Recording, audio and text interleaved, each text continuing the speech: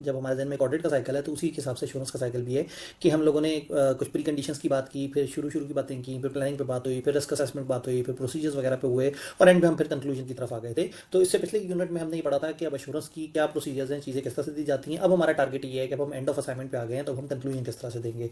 Obviously जिस तरह से हर एश्योरेंस एंगेजमेंट का एंड एक रिपोर्ट पे होता है, इसी तरह से यहाँ सस्टेनेबिलिटी एश्योरेंस भी एक रिपोर्ट पे एंड होगी। जब आप एक सर्विस प्रोवाइडर को बुलाते हैं और कहते हैं कि भाई मुझे आपसे काम चाहिए, फॉर एग्जाम्पल आप एक वकील को कहते हैं कि आप आओ और आपने हमें सर्विस देनी है, तो by the end of that activity, by the end of that thing, वो एक लीगल केस होता है जब आप जीत चुके होते हैं, हार चुके होते हैं, और कहीं ना कहीं उसका एक रोल होता है सर्विस प्रोवाइडर का। इसी तरह से फॉर एग्जाम्पल मैं एक मैकेनिक को, एक इलेक्ट्रिशियन को बुलाता हूँ और मैं उसे कहता हूँ कि भाई ये मेरी गाड़ी में इलेक्ट्रिक का मसला है, ये मेरी गाड़ी में मैकेनिकल फॉल्ट्स हैं, तो ये मुझे ठीक कर दो। तो by the end of that activity वो मेरी गाड़ी सही हालत में मुझे दे देता है। मैं एक बंदे को कहूँ कि एसी में गैस भर दो, और by the end of that activity AC में गैस भरी हुई होनी चाहिए। अश्योरेंस का एक प्रॉब्लम ये है कि अश्योरेंस एक वर्चुअल चीज़ है। यानी अगर मैं एक बंदे से कहता हूँ आओ मुझे अश्योरेंस दे दो, तो अब जाते जाते क्या होगा, वो जाते हुए मेरे कंधे पे थपकी मार के कहेगा हाँ भाई आप हौसला करो, कोई मसला नहीं है। तो ये बड़ा अजीब सा हो जाएगा। For that purpose we need a standardize report जो कि एश्योरेंस के ऊपर दी जा रही हो। तो this unit is all about, the chapter is all about कि हम एश्योरेंस के एंड पे रिपोर्ट किस तरह से दे रहे होते हैं।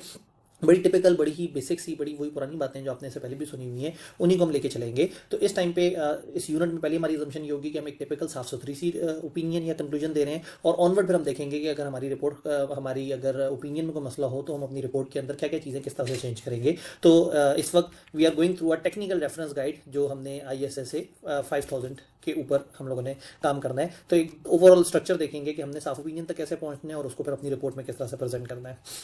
सबसे पहले साफ रिपोर्ट देने से पहले पहले कुछ की क्वेश्चंस हैं जो अपने आपसे पूछने होंगे। नंबर वन, क्या आपको ये सफिशिएंसी एंड अप्रोप्रिएटनेस ऑफ जो एविडेंस है वो मिल चुका हुआ है? कि आपने जितना भी अपनी एश्योरेंस से प्रोसीजर से काम किया उसके बाद जो एविडेंस आपके पास आया है, कि आप कॉन्फिडेंटली कह सकते हैं कि ये सफिशिएंट है, ये अप्रोप्रिएट है?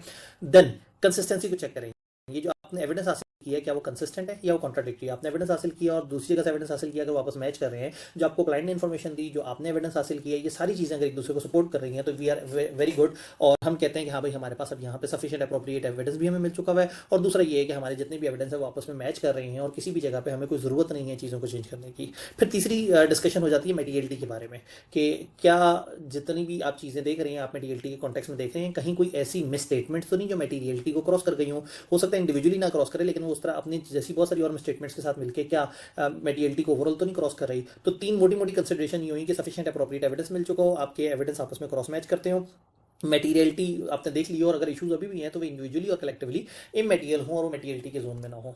फिर जो आपके इनपुट्स हैं उनके ऊपर जरूर एक दफ़ा देख लें। आपको जो एविडेंस मिला है मैनेजमेंट की तरफ से, जो इंटरनल ऑर्डर की तरफ से, जो अदर प्रैक्टिशनर्स की तरफ से, जो एक्सपर्ट्स की तरफ से, आपको जहाँ जहाँ जिन जिन सोर्सेस एविडेंस मिला है क्या वो ठीक है, और जितनी भी एस्टिमेट्स और अजम्पशंस वगैरह इंक्लूडिंग जो फॉरवर्ड लुकिंग इन्फॉर्मेशन है क्या आपको उस पर भरोसा है। तो एविडेंस, डाटा, कंसिस्टेंसी, मेटीरियलिटी, सारी चीज़ें देखने के बाद एक आखिरी चीज़ ये देखें कि मैनेजमेंट जो है वो कहीं बाइस तो नहीं लग रही। यानी इवेल्युएट करें कि क्या मैनेजमेंट की जजमेंट खासतौर पे कोई आपको पॉसिबल बाइस की तरफ तो नहीं इशारा कर रही। ये सारी बातें पिछले यूनिट में बड़ी थॉरली डिस्कस हुई हैं। इस वक्त हम सिर्फ रैप अप कर रहे हैं चीज़ों को। तो आपने देखा सफिशिएंट ये सारी फिल्टर्स और ये रॉ इनपुट्स वगैरह सारे मौजूद हैं या नहीं है। और अगर आपको कोई इंटेंशनल बाइस नजर आता है तो अगेन हमने इससे पहले भी बात की थी कि ये थोड़ा सा आपको फ्रॉड की तरफ, निशानदेही की तरफ ले जा सकता है।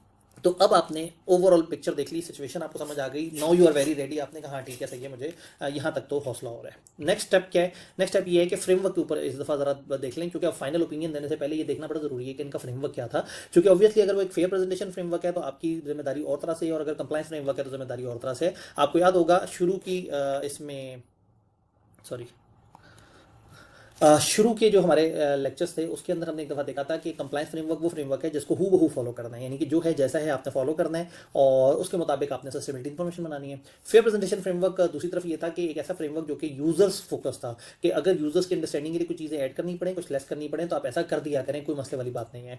तो ऐसे में अगर तो ये एक फेयर प्रेजेंटेशन फ्रेमवर्क है, तो फेयर प्रेजेंटेशन फ्रेमवर्क के अंदर हमें देखना होगा कि क्या अंडरस्टैंडेबिलिटी आ रही है। आप इवेल्युएट करें कि क्या ओवरऑल जो प्रेजेंटेशन है, ओवरऑल जो स्ट्रक्चर है, ओवरऑल जो कंटेंट है, क्या वो यूजर्स के लिए फ्रेंडली है, क्या उसको देख के यूजर को समझ आ रही है। आप इसमें ये नहीं देखेंगे कि फ्रेमवर्क ने आपको 10 चीज़ें बताई हैं या 11। जो फ्रेमवर्क ने चीज़ें बताई हैं उससे ओवर एंड अबव अगर कोई चीज़ यूजर के लिए जरूरी है आप उसको भी देख लें, और अगर फ्रेमवर्क ने जो बताई है और उसमें कुछ मिसलीडिंग लग रहा है, उसे लग रहा है कि यूजर परेशान होगा, तो वो माइनस हो जाने में भी कोई हर्ज नहीं है। तो अगर आपको लगता है कि फेयर प्रेजेंटेशन अचीव होती नहीं लग रही तो फिर मैनेजमेंट से डिस्कस करें, और अगर आपकी बात वो नहीं सुन रहे तो ऑब्वियसली ये फ्रेमवर्क फॉलो ही नहीं हो रहा तो आप साफ ओपिनियन तो नहीं दे सकते, तो ऐसे में फिर आपको मॉडिफिकेशन सोचना पड़ जाएगा। अगर हम दूसरी तरफ आते हैं कंप्लायंस फ्रेमवर्क की तरफ, जब कंप्लायंस फ्रेमवर्क की बात करते हैं तो अब यहाँ पे इवेल्युएशन जो है वो आपको फेयर प्रेजेंटेशन वाली नहीं चाहिए। अब आपने ये नहीं देखना कि चीजें कितनी ज्यादा अंडरस्टैंडेबल है, आपने ये देखना है कि क्या कंप्लीटनेस है। फ्रेमवर्क ने आपको कहा था ये 15 डिस्क्लोजर दो, कि क्या वो 15 के 15 डिस्क्लोजर आ गए। अब फॉर एग्जाम्पल वो डिस्क्लोजर मौजूद है लेकिन उसके बावजूद भी आपको लग रहा है कि ये जो सस्टेनेबिलिटी इन्फॉर्मेशन ही मिसलीडिंग है, लेकिन एक प्रॉब्लम ये है कि फ्रेमवर्क ने जैसे कहा था वैसे ही बता दिया गया है। अब ऐसे में अब आप ये देखें कि आप मैनेजमेंट से डिस्कस करेंगे, उनसे कहेंगे भाई आप फ्रेमवर्क को फॉलो करें, वो कहेंगे हाँ। आप उस फ्रेमवर्क से फॉलो हुए हुए जो डिस्क्लोजर उनको देखेंगे, अगर आपको लगता है कि यूजफुल इन्फॉर्मेशन नहीं दे पा रहे, आप मैनेजमेंट से भी डिस्कस करेंगे और फिर बैठ के सोचेंगे कि मैं अपनी रिपोर्ट पे इसके बारे में क्या कर सकता हूँ। प्रॉब्लम ये है कि उनके बनाए हुए सस्टेनेबिलिटी इन्फॉर्मेशन उन्हीं के फ्रेमवर्क से मैच करते हैं, लेकिन आपको लगता है कि इस फ्रेमवर्क के मुताबिक बनी हुई इन्फॉर्मेशन मिसलीडिंग है, तो ऐसे में फिर आपको कुछ और कंसिडरेशंस की तरफ जाना होगा।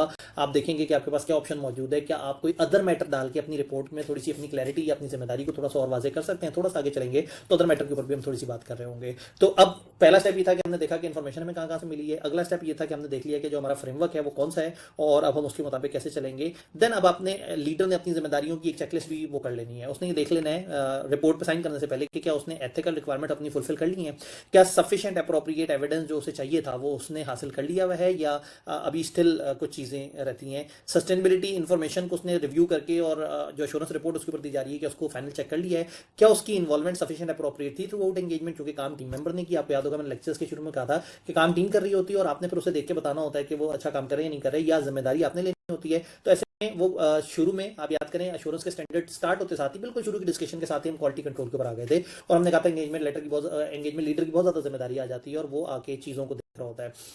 अब यहाँ पे भी फाइनल ओपिनियन देने से पहले एक दफ़ा एंगेजमेंट लीडर देख ले कि मैंने एथिक्स फॉलो कर ली है, सफिशिएंट अप्रोप्रिएट एविडेंस मिल गया, क्या जो सस्टेनेबिलिटी इन्फॉर्मेशन है और जो रिपोर्ट फाइनली दी जा रही है क्या उसने रिव्यू कर लिया है, क्या वो इतना सफिशिएंटली इन्वॉल्व रहा था इस एंगेजमेंट में कि उसको तसल्ली है कि मैं सही ओपिनियन देने जा रहा हूँ, और क्या अगर कोई क्वालिटी रिव्यू रिक्वायर्ड ISQM 1-2 वगैरह के मुताबिक तो क्या वो प्रॉपर तरीके से हो गया है या नहीं हो गया।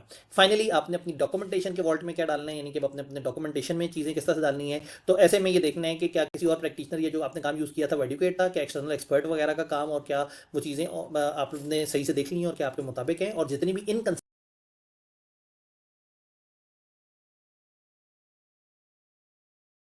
तो क्या वो प्रॉपर तरीके से हो गया है या नहीं हो गया। फाइनली आपने अपनी डॉक्यूमेंटेशन के वॉल्ट में क्या डालना है, यानी कि अपने अपने डॉक्यूमेंटेशन में चीज़ें किस तरह से डालनी है। तो ऐसे में ये देखना है कि क्या किसी और प्रैक्टिशनर ये जो आपने काम यूज़ किया था वो एडुकेट था, क्या एक्सटर्नल एक्सपर्ट वगैरह का काम, और क्या वो चीज़ें आपने सही से देख ली हैं और क्या आपके मुताबिक है, और जितनी भी इनकन्सिस्टेंसीज हैं डाटा के बीच में क्या वो आप देख चुके हैं। तो फाइनली मैं थोड़ा सा क्लोजिंग की तरफ आता हूँ।